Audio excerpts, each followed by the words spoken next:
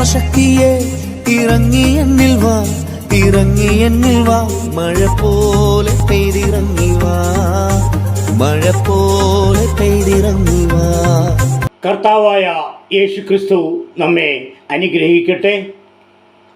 യേശുവിൻ്റെ നക്ഷത്രം, അത്ഭുത നക്ഷത്രം. യേശു ഒരു അത്ഭുത നക്ഷത്രമാണ്. യേശു ഒരു ഉദയ നക്ഷത്രമാണ്. ലൂക്കോസിൻ്റെ സുവിശേഷം 2-ാം അധ്യായം അതിൻ്റെ 7-ാം വാക്യത്തിൽ അവൾ ആദ്യജാതനായ മകനെ പ്രസവിച്ചു. ശീലകൾ ചുറ്റി വഴിയമ്പലത്തിൽ അവർക്ക് സ്ഥലം ഇല്ലായ്കയാൽ പശുത്തൊട്ടിയിൽ കിടത്തി. യേശുവിൻ്റെ ചരിത്രം ഒരു പശുത്തൊട്ടിയിൽ ആരംഭിച്ചു. 2025 വർഷങ്ങൾക്ക് മുമ്പ് ഇസ്രായേലിലെ യഹൂദയിലുള്ള ബേത്ലഹേം എന്ന പട്ടണത്തിൽ നടന്ന സംഭവം. അക്കാലത്ത് 2025 വർഷങ്ങൾക്ക് മുമ്പ്, 500 വർഷങ്ങൾക്ക് മുമ്പ് ദൈവത്തിൻ്റെ ദാസനും ദിവ്യപുരുഷനും പ്രവാചകനുമായിരുന്ന യെശയ്യാവ് പ്രവചിച്ചു പറഞ്ഞത്, യെശയ്യാ പ്രവാചകന്റെ പുസ്തകം 7-ാം അധ്യായം അതിൻ്റെ 14-ാം വാക്യത്തിൽ, അതുകൊണ്ട് കർത്താവ് തന്നെ നിങ്ങൾക്ക് ഒരു അടയാളം തരും, കന്യക ഗർഭിണിയായി ഒരു മകനെ പ്രസവിക്കും, അവന് ഇമ്മാനുവേൽ എന്നു പേർ വിളിക്കും. ഇമ്മാനുവേൽ, ദൈവം നമ്മോടുകൂടെ. കർത്താവായ യേശു ക്രിസ്തു പിറന്നതുകൊണ്ട് ദൈവം നമ്മോടുകൂടെ ഇരിക്കും എന്നർത്ഥം. യേശു ജനിക്കുമ്പോൾ ഹേരോദ രാജാവായിരുന്നു ഭരണാധികാരി. ഹേരോദ റോമൻ ചക്രവർത്തിയായിരുന്ന അഗസ്റ്റസ് സീസറിൻ്റെ കീഴിലായിരുന്നു. മത്തായിയുടെ സുവിശേഷം 2-ാം അധ്യായം അതിൻ്റെ 1 മുതലുള്ള വാക്യങ്ങളിൽ ഹേരോദ രാജാവിൻ്റെ കാലത്ത് യേശു യഹൂദിയയിലെ ബെത്ലഹേമിൽ ജനിച്ച ശേഷം കിഴക്ക് നിന്ന് വിദ്വാൻമാർ യെരുശലേമിൽ എത്തി. യഹൂദന്മാരുടെ രാജാവായി പിറന്നവൻ എവിടെ? ഞങ്ങൾ അവൻ്റെ നക്ഷത്രം കിഴക്ക് കണ്ട് അവനെ നമസ്കരിപ്പാൻ വന്നിരിക്കുന്നു എന്ന് പറഞ്ഞു. ഹല്ലേലൂയ. ഹേരോദ രാജാവ് അത് കേട്ടിട്ട് അവനും യെരുശലേം ഒക്കെയും ഭ്രമിച്ചു. യേശു ജനിച്ചപ്പോൾ ആകാശത്തൊരു അത്ഭുത നക്ഷത്രം പ്രത്യക്ഷപ്പെട്ട് 3 വിദ്വാൻമാർ ആ അത്ഭുത നക്ഷത്രത്തെ അനുഗമിച്ചു. യേശുവിൻ്റെ നക്ഷത്രം BC 5-നും 3-നും മധ്യേ ചോതി നക്ഷത്രം ഒരു പ്രത്യേക ശോഭയോടെ ഉദിച്ചുയർന്നു. ഇത് ഒരു രാജാവിൻ്റെ ജനനത്തെ കുറിക്കുന്നതായി വാനനിരീക്ഷകർ മനസ്സിലാക്കി. നക്ഷത്രത്തിൻ്റെ യാത്ര ദൈവിക നടത്തിപ്പായിരുന്നു. എനിക്ക് 9 വയസ്സായ സമയത്ത് വീടിന് സമീപമുള്ള നല്ല മണൽക്കുന്ന് പുറത്ത് രാത്രിയിൽ പോയി കിടന്നുറങ്ങുമായിരുന്നു. മണൽ പൊക്കി വെച്ച് തലയണ പോലെ ഉണ്ടാക്കി അതിൽ തുണി വിരിച്ച് ഉറങ്ങും. അങ്ങനെ ധാരാളം പേർ അവിടെ വന്ന് ഉറങ്ങാറുണ്ട്. ഒരു ദിവസം രാവിലെ 3:30 മണിയോടെ ഒരു നല്ല പ്രകാശം കണ്ടു. ഉണർന്നപ്പോൾ ഒരു വാൽ നക്ഷത്രം വളരെ അടുത്തായി തലയുടെ മുകളിൽ കിഴക്ക് വശത്തു നിൽക്കുന്നു. വാൽ നക്ഷത്രം ചലിക്കുന്നുമുണ്ട്. മണിക്കൂറുകൾ കഴിഞ്ഞ് ആ വാൽ നക്ഷത്രം അപ്രത്യക്ഷമായി. ഏകദേശം 10-12 ദിവസം വരെ ഞാൻ അത് കണ്ടിട്ടുണ്ട്. ഇപ്പോഴും ആ നക്ഷത്രത്തിൻ്റെ തേജസ്, പ്രകാശം എൻ്റെ ഓർമ്മയിലുണ്ട്. യെശയ്യാ പ്രവാചകന്റെ പുസ്തകം 60-ാം അധ്യായം അതിൻ്റെ 1-ാം വാക്യത്തിൽ, എഴുന്നേറ്റ് പ്രകാശിക്ക, നിന്റെ പ്രകാശം വന്നിരിക്കുന്നു, യഹോവയുടെ തേജസ്സും നിന്റെ മേൽ ഉദിച്ചിരിക്കുന്നു. യേശു ക്രിസ്തു ശോഭയേറിയ പ്രകാശത്തോടുകൂടെ പ്രത്യക്ഷനാകുമെന്ന് യഹൂദർ വിശ്വസിച്ചിരുന്നു. എന്നാൽ നക്ഷത്രം കൃത്യമായി ബെത്ലഹേമിന് മുകളിലൂടെ ഒരു വഴികാട്ടിയായി സഞ്ചരിച്ചു. യേശുവിൻ്റെ അവതാര സമയത്ത് ഉദയം ചെയ്ത നക്ഷത്രത്തിന് യേശുവിൻ്റെ നക്ഷത്രം എന്നാണ് വിദ്വാൻമാർ പേരിട്ടിരിക്കുന്നത്. അപ്പൊ യേശുവിൻ്റെ നക്ഷത്രം എന്നാണ് വിദ്വാൻമാർ പേരിട്ടിരിക്കുന്നത്. എല്ലാ നക്ഷത്രങ്ങൾക്കും അതാത് കാലത്തെ വാനശാസ്ത്രജ്ഞന്മാർ ഓരോ പേർ നൽകിയിട്ടുണ്ട്. ഹല്ലേലൂയ. അപ്പം ഈ നക്ഷത്രം അങ്ങനെയല്ല. 3 വിദ്വാൻമാരുടെ കൂടെ ദൈവത്തിൻ്റെ വചനം പറയുന്നത് മത്തായിയുടെ സുവിശേഷം 2-ാം അധ്യായം അതിൻ്റെ 9-10 വാക്യങ്ങളിൽ അവർ കിഴക്ക് കണ്ട നക്ഷത്രം ശിശു ഇരിക്കുന്ന സ്ഥലത്തിനു മീതെ വന്ന് നിൽക്കുവോളം അവർക്ക് മുമ്പായി പൊയ്ക്കൊണ്ടിരുന്നു.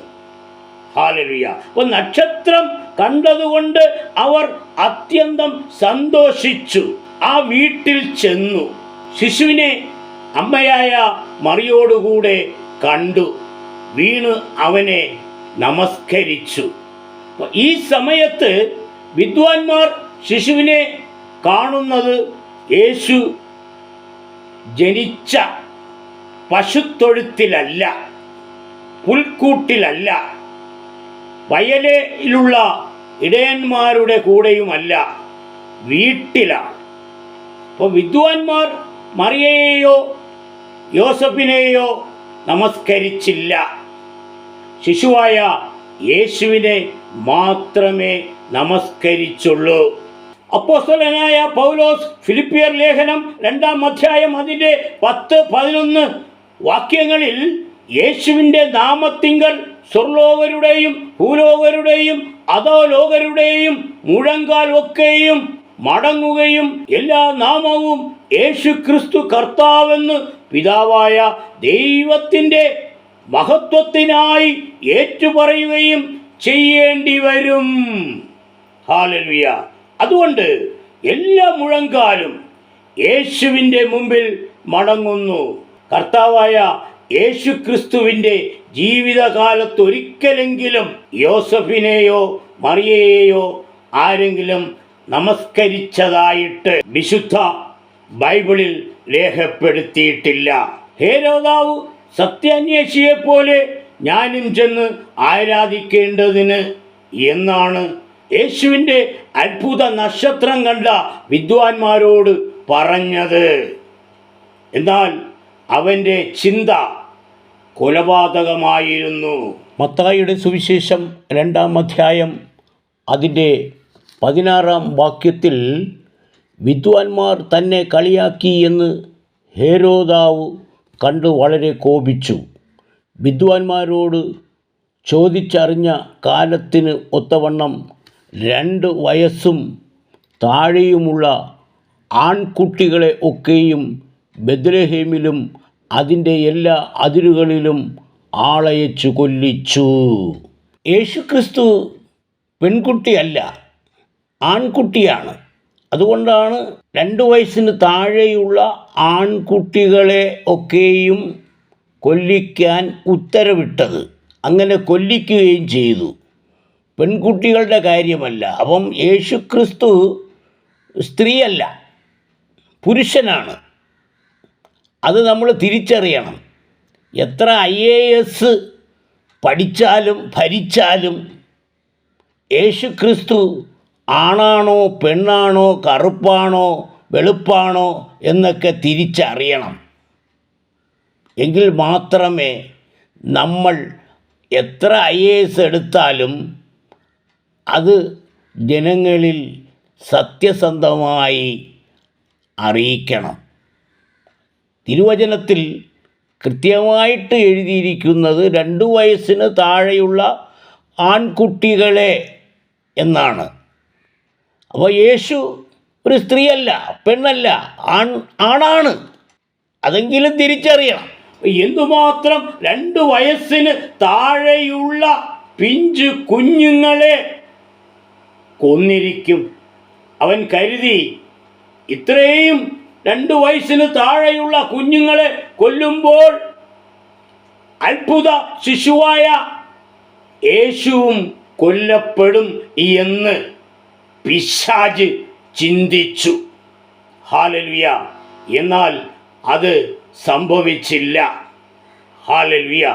അപ്പോൾ ഇത്തരത്തിലുള്ള ഹേരോദക്കന്മാർ ദുരാത്മാക്കളെ അയച്ച് കൊലപാതകങ്ങൾ നടത്തി വരുന്നുണ്ട്.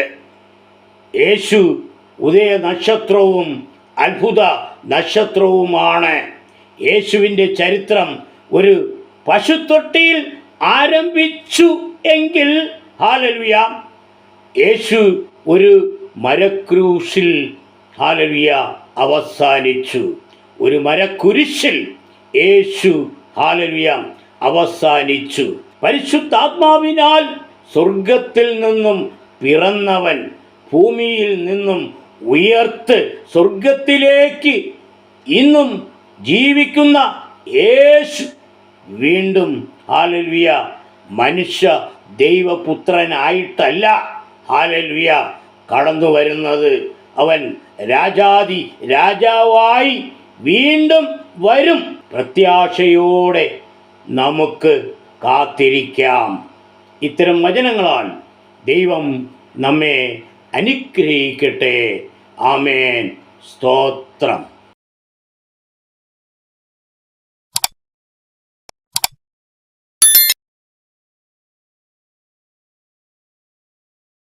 ശക്തിയെ ഇറങ്ങി എന്നിൽ വാ, ഇറങ്ങി എന്നിൽ വാ, മഴ പോലെ പെയ്തിറങ്ങി വാ, മഴ പോലെ പെയ്തിറങ്ങി വാ.